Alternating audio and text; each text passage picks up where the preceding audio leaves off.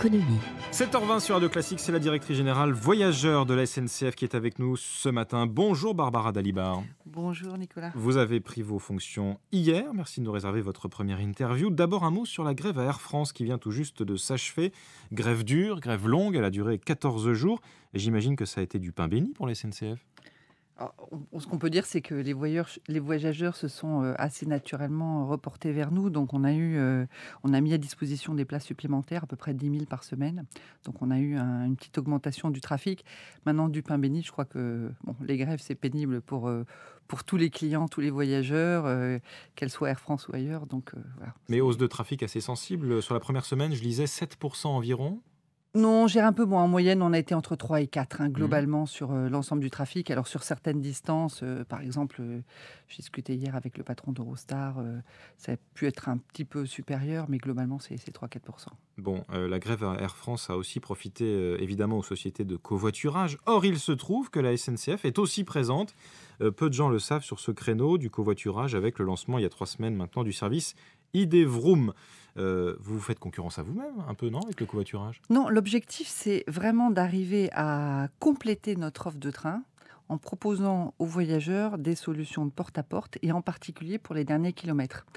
Et ça rentre complètement dans notre stratégie, j'allais dire, de transport écomobile, parce que le covoiturage, c'est aussi du partage et donc des économies de tonnes de carbone, etc. Donc, on a lancé ID Vroom, c'était la fusion de 2 petites entreprises. Aujourd'hui, on a 900 000 inscrits sur le site ID Vroom. C'est beaucoup moins que Blablacar, qui est leader clairement du secteur du covoiturage. On vient de démarrer, mais aussi on a un créneau qui est, je pense, assez différent parce que notre objectif premier, c'est vraiment la proximité. On a signé un partenariat avec Noroto, par exemple, pour permettre aux clients qui s'inscrivent d'avoir des crédits de covoiturage. Mais l'objectif, c'est d'aider les clients sur du transport de proximité et en particulier pour les emmener à la gare. Donc on est sur une logique plus locale que celle, je pense, de Blablacar. Mais si parmi ceux qui sont inscrits sur le site de covoiturage, il y en a qui veulent faire des trajets plus longs, non, mais vous n'allez pas les empêcher. On n'exclut rien, Donc effectivement, il y a des propositions de trajets longs, c'est vrai. Moi, je pense que ce que nous devons faire à la SNCF, c'est aussi s'adapter aux besoins de nos clients. On a lancé ID-Bus il y a maintenant 2 ans pour aussi répondre à des besoins de tout petit prix pour des clients sur des parcours internationaux. Et moi, je pense qu'il y a de la place, effectivement, pour différents types de transports. Notre objectif à nous, et en particulier côté voyageurs, c'est de les articuler pour permettre aux clients d'avoir un vrai parcours de porte-à-porte. En fait, il y a vraiment désormais de plus en plus 2 segments de clientèle distincts. La clientèle TGV, avec les prix qui augmentent, les tarifs qui augmentent, et une clientèle qui veut voyager low cost, qui va donc se tourner vers le covoiturage, vers les bus, puisqu'il y a des trajets de bus qui sont proposés donc à travers toute l'Europe maintenant. Alors d'abord, premier point, les TGV, le prix des TGV n'augmente pas. Ça fait 3-4 ans où on a une offre qui est à des prix plats. Cette année, on a eu une augmentation qui était liée à la TVA, mais l'essentiel de cette augmentation, c'est nous qui l'avons prise à la SNCF. Le client a vu quelque chose qui est inférieur à l'inflation. Donc on a des tarifs TGV, et c'est très important pour nous, très raisonnable.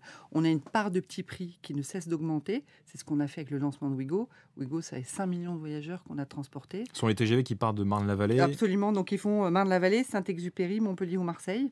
Donc c'est une offre qui est vraiment, je dirais, de volume. Donc on a besoin d'avoir de très gros volumes, 1200 clients chaque fois. Cet été, 99% de remplissage des Ouigo.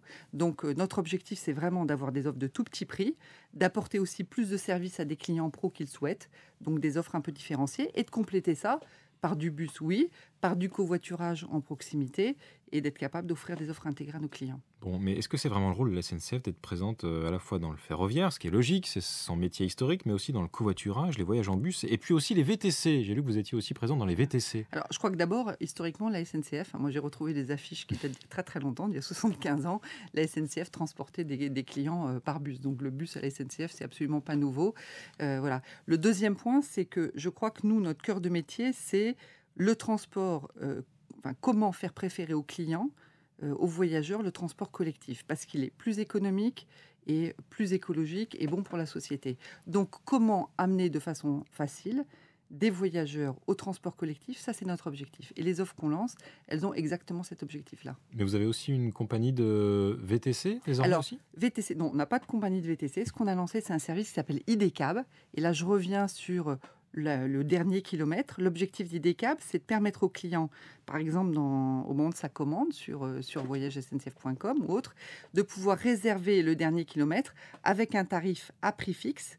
Donc, il sait qu'il va pouvoir arriver à la gare de Lyon et aller je ne sais pas où dans Paris avec un tarif qui est prédéterminé, par exemple 9,90 €.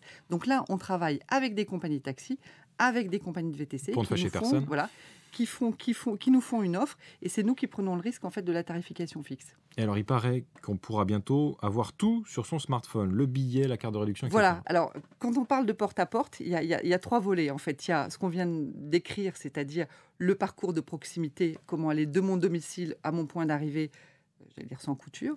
Il y a toute l'information voyageur, donc on va lancer une application que nous appelons en nom de code l'application unifiée qui permet à chaque client de dire je pars de A, je vais à B et d'avoir l'ensemble de son parcours, y compris le parcours à pied par exemple, et partout en Europe.